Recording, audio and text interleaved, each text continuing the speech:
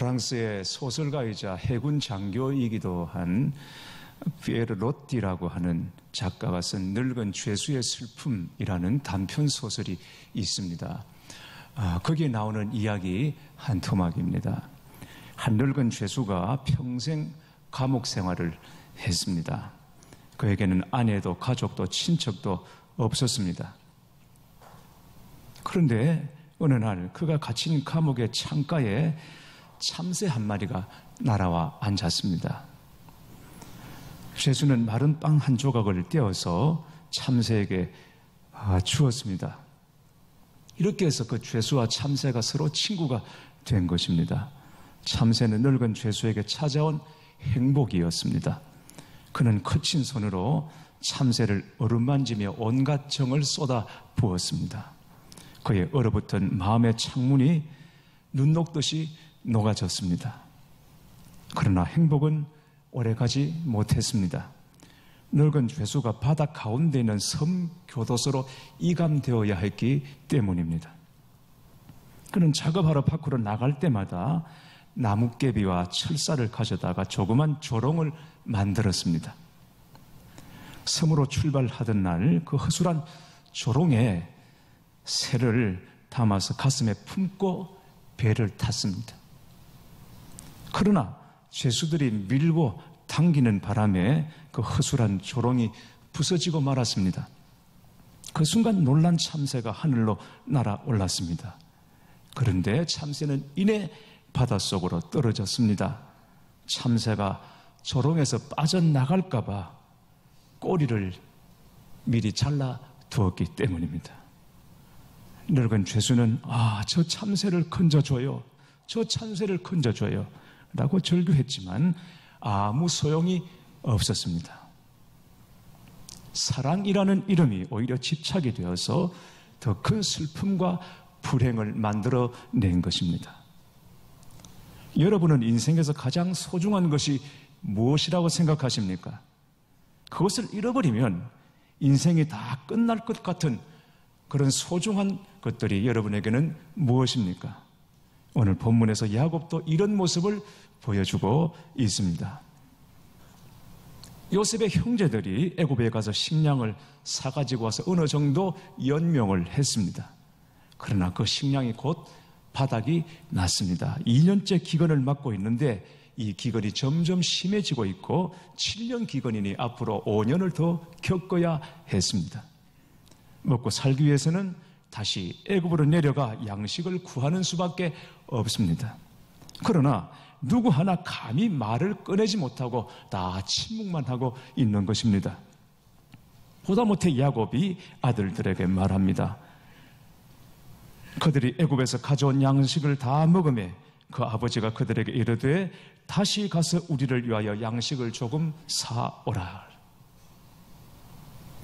처음에 아들들을 애굽으로 내려보낼 때는 어찌하여 서로 바라보고만 있느냐. 그리고는 야단을 쳤습니다. 큰 소리를 쳤습니다. 그러나 이번에는 그럴 수 있는 입장이 아닙니다. 왜냐하면 애굽의 총리가 야곱의 아들들을 정탐꾼이라고 몰아붙이고 의심했고, 그리고 이 의심을 풀려면 가나안에 있는 막내 동생 베냐민을 데리고 와야 한다고 했습니다. 그리고 그 조건으로 지금 시므온이 인질로 잡혀 있는 중인 것입니다. 그런데 아버지 야곱은 무슨 일이 있어도 베냐민은 보낼 수 없다. 완강했습니다. 절대 베냐민, 내 눈에 흙이 들어가기 전에는 베냐민을 보낼 수 없다고 완강했습니다. 양식은 떨어져 가는데 총리는 동생을 데려오라고, 그래야 곡식을 주겠다고 하고, 아버지는 무슨 일이 있어도 베냐민을 보낼 수 없다고 버티고 있는 것입니다. 이럴 때 유다가 말합니다. 애굽의 총리가 우리에게 경고하기를 베냐민을 데려오지 않으면 자기 얼굴을 보지 못할 것이니 아버지께서 베냐민이 가도록 허락하시면 우리가 내려가 양식을 사오겠지만 그렇지 않으면 우리는 갈 수 없습니다. 그러자 야곱이 자식들 앞에서 화가 폭발했습니다. 너희가 어찌하여 너희에게 또 다른 아우가 있다고 그 사람에게 말하여 나를 괴롭게 하였느냐. 집에 동생이 있다는 말을 왜 했냐?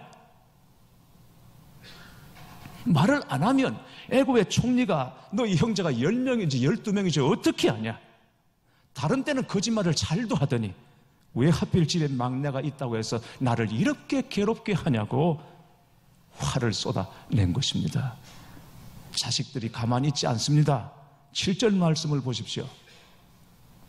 그들이 이르되 그 사람이 우리와 우리 친족에 대하여 자세히 질문하여 이르기를 너희 아버지가 아직 살아 계시느냐? 너희에게 아우가 있느냐 하기로 그 묻는 말에 따라 그에게 대답한 것이니 그가 너희의 아우를 데리고 내려오라 할 줄 우리가 어찌 알았으리까? 아니, 아버지가 계시냐? 그래서 아버지 계시다 그랬고, 혹시 동생이 있냐? 동생이 있다 그랬는데 그 동생을 데리고 오라 할 줄 우리가 어떻게 알았습니까? 여러분, 말이 틀립니까? 맞는 말 아닙니까? 우리가 살아가다 보면 우리가 의도하지 않은 일을 우리는 만나기도 하고 생각지도 못했던 일들이 우리 삶 가운데 종종 벌어질 때가 있습니다. 그러나 여러분, 거기에 하나님의 섭리가 있다는 것을 여러분 꼭 기억하시기 바랍니다. 원망하거나 불평하지 마시기 바랍니다. 내가 의도하지 않았고 내가 생각하지 않은 일들이 일어났을 때 잠잠히 하나님의 뜻을 구하고 기도하며 기다리는 여러분이 되시기를 바랍니다. 여러분 생각해 보십시오. 베냐민을 데리고 가야 하는 일이 야곱이나 아들들에게 얼마나 고통스러운 일입니까? 그러나 결과적으로 그렇게 함으로 온 가족이 다시 다 만나게 되는 것입니다. 얼마나 놀랍고 신비합니까? 얼마간 연명할 수 있는 양식이 지금 문제가 아닙니다. 야곱과 아들들과 심지어 요셉조차도 모르는 가운데 하나님의 계획이 이루어지고 있는 것입니다. 이스라엘이라는 한 민족의 태동이 그렇게 해서 지금 일어나고 있는 것입니다. 그 뒤에 바로 보이지 않는 하나님의 손길이 있더라는 것입니다. 여기에 대하여 사도 바울은 로마서 8장 28절에 이렇게 말씀하고 있습니다. 하나님을 사랑하는 자, 곧 그의 뜻대로 부르심을 입은 자들에게는 모든 것이 합력하여 선을 이루느니라. 여러분, 그런 것입니다. 우리에게 우연은 없습니다. 그냥 어쩌다 일어나는 일은 없습니다. 운이 나빠서 재수가 없어서 일이 벌어지는 것도 아닙니다. 모든 일에는 하나님의 섭리하심이 있고 결국은 하나님의 선한 역사가 그 가운데 이루어지는 줄 믿으시기를 축원합니다. 아버지와 아들 사이에 고성이 오고 갔습니다. 그렇다고 답이 있습니까? 서로 답답하기만 할 뿐입니다. 이러한 때에 유다가 났습니다. 유다는 베냐민을 보내지 않으려고 하는 아버지 야곱을 향해서 내가 담보할 테니 베냐민을 보내주십시오 라고 약속합니다. 9절 말씀을 보십시오. 내가 그를 위하여 담보가 되오리니 아버지께서 내 손에서 그를 찾으소서. 내가 만일 그를 아버지께 데려다가 아버지 앞에 두지 아니하면 내가 영원히 죄를 지리이다. 아버지, 제 생명을 걸겠습니다. 일이 잘못되면 제가 책임지겠습니다. 만일 베냐민을 아버지 앞에 돌아오게 하지 못하면 아버지 앞에서 그 죄를 제가 다 감당하겠습니다. 아버지, 저를 믿고 베냐민을 보내주십시오. 이렇게 간청하는 것입니다. 여러분, 원래 유다는 이런 사람이 아니었습니다. 결점이 많고 실제로 잘못한 것도 참 많습니다. 형들이 요셉을 죽이려고 깊은 구덩이에 던져 넣었을 때 우리가 죽일 필요가 있겠냐?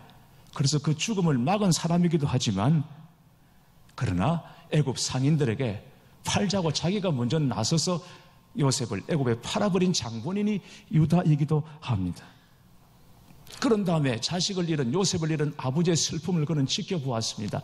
그게 깊은 죄책감이 되어서 형제들과 떨어져 멀리 혼자 살았고 애굽 여인을, 가나안 여인을 자기 아내로 삼아서 살다가 본의 아니게 뜻하지 않게 며느리 다말 사이에 아들인지 손자인지 모를 자식을 낳는 그런 어려움을 겪기도 했습니다. 그러나 자기 가정에 어려움이 생겼을 때에, 힘들 때 나는 이 일로 이미 죽은 사람이다. 그렇게 생각하고 자기를 바쳐 가족을 구하기로 결정한 것입니다. 책임을 지기로 결정한 것입니다. 그랬더니 하나님께서 유다를 높여주시고 이후에 유다는 이스라엘의 실제적인 장자 역할을 하게 됩니다. 사실은 넷째 아들이지만 실제적으로 장자 역할을 하게 되고 광야를 행진할 때 제일 앞장섰고 그리고 가나안 전쟁할 때 제일 선두에 서서 가나안 정복 전쟁을 이끌었던 지파가 바로 유다 지파인 것입니다. 그리고 그 유다 지파에서 예수님께서 오셨습니다. 유다의 간청에 야곱은 더 이상 결단을 미룰 수가 없었습니다. 야곱은 그동안 애굽 총리의 요구를 받아들일 수가 없어서 계속 시간만 끌고 있었습니다. 그리고 자식들을 원망했습니다. 야곱은 현실을 현실로 인정하기가 어려웠던 것입니다. 그리고 베냐민은 절대 내가 죽어도 보낼 수 없다. 아주 생각이 단호했습니다. 그러나 더 이상 양식이 없고 유다가 설득을 하니 이제는 결단을 더 미룰 수가 없게 된 것입니다. 그들의 아버지 이스라엘이 그들에게 이르되 그러할진대 이렇게 하라. 유다가 간청하니까 아버지 제가 책임지겠습니다. 제 생명을 걸겠습니다. 저를 믿고 베냐민을 보내주십시오. 간청하니까 더 이상 이기지를 못하고 그러면 그렇게 하라. 베냐민을 보내기로 결정한 것입니다. 그러면서 14절에 야곱의 위대한 고백이 나옵니다. 내가 자식을 잃게 되면 이러리라. 사실 이 고백은 야곱에게 있어서 피눈물 나는 고백인 것입니다. 내가 자식을 잃게 되면 이러리라. 요셉을 잃고 난 다음에 야곱에게 있어서 베냐민은 인생의 전부였습니다. 사랑했던 아내 라헬도 세상을 떠났고 요셉도 잃었고 이제 남은 것은 베냐민입니다. 베냐민을 잃으면 자기 인생이 다 끝나는 줄 알았습니다. 강한 애착이었습니다. 베냐민을 향한 강한 애착. 그러나 사실은 생각해보면 그것은 애착이 아니라 바로 두려움이었던 것입니다. 야곱이 베냐민을 놓지 못했던 것은 바로 두려움 때문이었습니다. 야곱이 요셉을 잃고 난 다음에 하나님에 대하여 신뢰가 무너진 것 같습니다. 하나님을 신뢰하지 못하니까 온통 두려워할 일들을 가득했습니다. 요셉을 지키지 못한 아들들을 믿지 못하고 불신했습니다. 그래서 베냐민 하나가 인생의 전부인 것처럼 그렇게 붙들고 살았습니다. 그 베냐민을 놓아버리면 자기가 죽을 것 같았습니다. 두려움이었던 것입니다.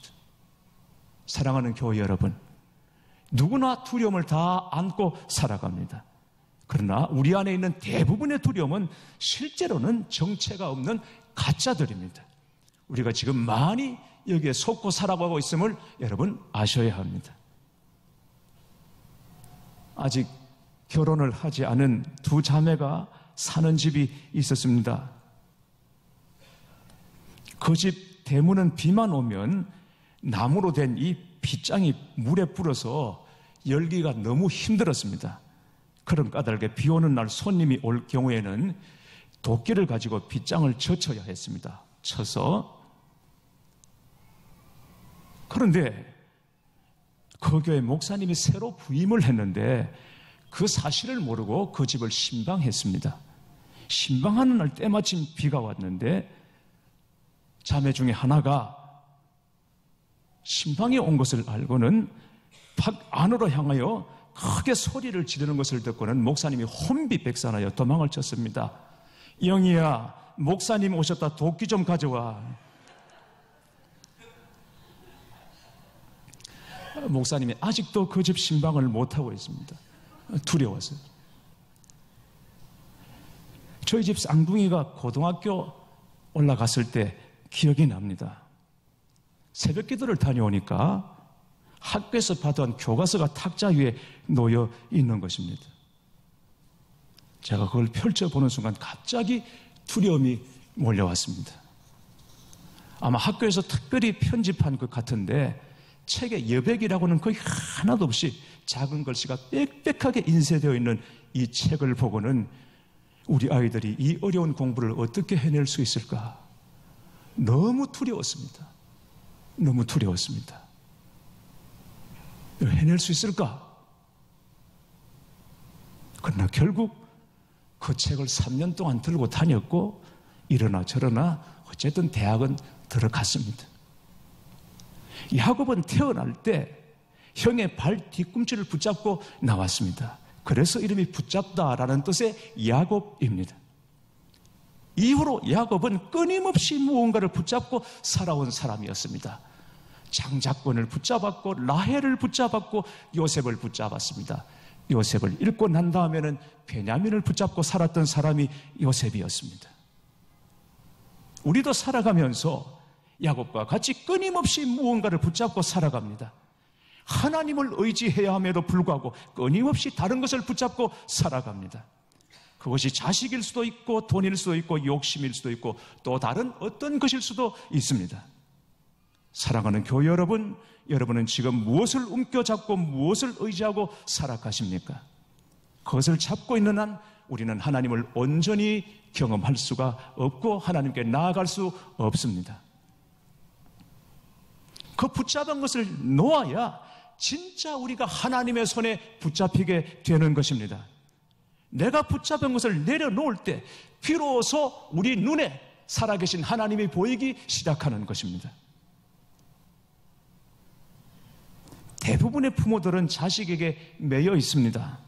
그러나 그 자식을 내려놓아야 하나님이 보입니다. 하나님이 안 계셔서 안 보이는 것이 아니라 자식에게 가려서 하나님이 안 보입니다. 교회 여러분, 자식은 여러분의 것이 아닙니다. 자식은 하나님의 것입니다. 항상 끼고 다니면서 내 것이라고 하면 안 됩니다. 야곱처럼 이러면 이러리라 하면서 하나님께 내려놓아 보십시오. 그러면 망칠 것 같아도 하나님께서 책임져 주십니다. 그래야 자녀들도 변합니다. 여러분이 키우면 잘해야 여러분 정도 됩니다. 그러나 양육권을 하나님께 내어드리면 하나님께서 책임져 주실 줄 믿으시기 바랍니다. 어느 개척교회 목사님의 이야기입니다. 어느 날 사모님이 외출을 해서 나간 다음에 뭔가를 찾다가 장롱에서 깜짝 놀라게 하는 것을 발견했습니다. 목사님이 모르는 사이에 사모님이 마련한 통장 3개가 나왔습니다. 이 어려운 살림에 아내가 딴 주머니를 찬 건가? 그리고 넘겨보았더니 통장 이름이 차세대 자녀 주택 부금이었습니다. 아이들이 셋인데 아이들이 결혼할 때가 되면 아파트 하나 분양해 받아줄까 하고 한 달에 10,000원씩 아이들의 이름으로 넣은 지가 8달이 되었습니다. 그걸 보고 목사님이 웃었습니다. 마침 집에 돌아온 사모님께 여보 나 통장 봤어? 봤어요? 아이들이 걱정됐어요. 나중에 집 하나씩 사주려고요. 그래 한 달에 10,000원씩 1년 넣으면 얼마 돼? 12만 원이에요. 10년 넣으면 120만 원이에요. 20년 넣으면 240만 원이에요. 아파트 한 평에 1,000만 원이 넘던데 가능할까? 그랬더니 사모님이 잠깐 생각하다가 그 다음 주에 다 털어서 헌금을 하고는 하나님, 우리 아이들 하나님께 맡깁니다 라고 기도했습니다. 지금 야곱의 가족에게는 잠시 연명할 수 있는 양식이 문제가 아닙니다. 야곱의 가족은 어쨌든 애굽으로 내려가야 합니다. 이게 하나님의 계획입니다. 그래서 요셉을 먼저 보낸 거예요. 형들이 판 게 아닙니다, 여러분. 하나님이 먼저 선발대로 보낸 것입니다. 이젠 베냐민을 보내야 합니다. 여러분 말씀을 보십시오. 베냐민 보내서 베냐민 잃었습니까? 아닙니다. 야곱의 가족이 애굽으로 내려가는 길이 열리게 된 것입니다. 야곱이 베냐민을 내주면서 그 가족을 위한 하나님의 꿈이 본격적인 궤도에 진입하게 되는 것입니다. 오늘 우리가 본 창세기 43장 후반부에 보면 요셉과 베냐민 형제들이 다 함께 만나는 장면이 나옵니다. 그리고 34절에 보면 요셉이 베냐민에게 음식을 주는데 특별히 베냐민에게는 다른 사람들의 5배를 주어 먹고 마시며 즐거워하는 모습이 나오는 것입니다. 교회 여러분, 우리가 염려하고 걱정하고 가슴을 졸이는 것의 대부분은 무엇을 잃을까에 대한 두려움입니다. 돈을 잃을까? 건강을 잃을까? 사람을 잃을까? 내 명예를, 지위를 잃을까? 평판을 잃을까? 그리고 더 나아가서 무엇을 빼앗길지도 모른다는 두려움이 우리 안에 있는 것입니다. 심지어 하나님이 무엇을 빼앗아 갈지도 모른다는 이 병든 믿음이 우리에게 있습니다. 그래서 감히 하나님, 제가 하나님의 것입니다 라고 말을 못합니다. 말하는 순간 하나님께서 내 인생을 빼앗아서 저 아프리카 오지로 보내고 저 아마존 뱀들이 아나콘다가 울거리는 그쪽으로 나를 보내실 것 같아서 감히 내가 하나님의 것이라고 고백을 못합니다. 여러분, 병든 믿음입니다. 하나님을 왜 그렇게 여러분 오해하십니까? 요한복음 10장 10절에 주님께서 분명히 말씀하지 않았습니까? 내가 온 것은 양으로 생명을 얻게 하고 더 풍성히 얻게 하려 하는 것이라고 말씀해요. 그럼에도 불구하고 우리는 하나님을 향하여 오해하고 있습니다. 주님, 제가 여기 있습니다. 제가 주님 것입니다. 그러는 순간 내 인생을 빼앗고 착복해서 내가 가장 싫어하는 환경 가운데로 던져 넣을 것 같은 이 착각, 오해들, 이런 것들을 우리가 가지고 있는 것입니다. 그렇지 않습니다. 주님이 오셔서 왜 십자가 지셨습니까? 우리에게 생명을 주시되 더 풍성히 얻게 하려 하시는 것입니다. 내가 붙잡고 있는다고 해서 내 것이 되는 것도 아니고 내려놓는다고 해서 없어지는 것도 아닙니다. 사랑하는 교회 여러분, 하나님을 믿으십시오. 그리고 이제 여러분 스스로 움켜쥐고 붙잡고 있는 것을 내려놓으시고 오직 하나님의 손에 붙잡혀 사시는 인생들이 되시기를 주님의 이름으로 축원합니다.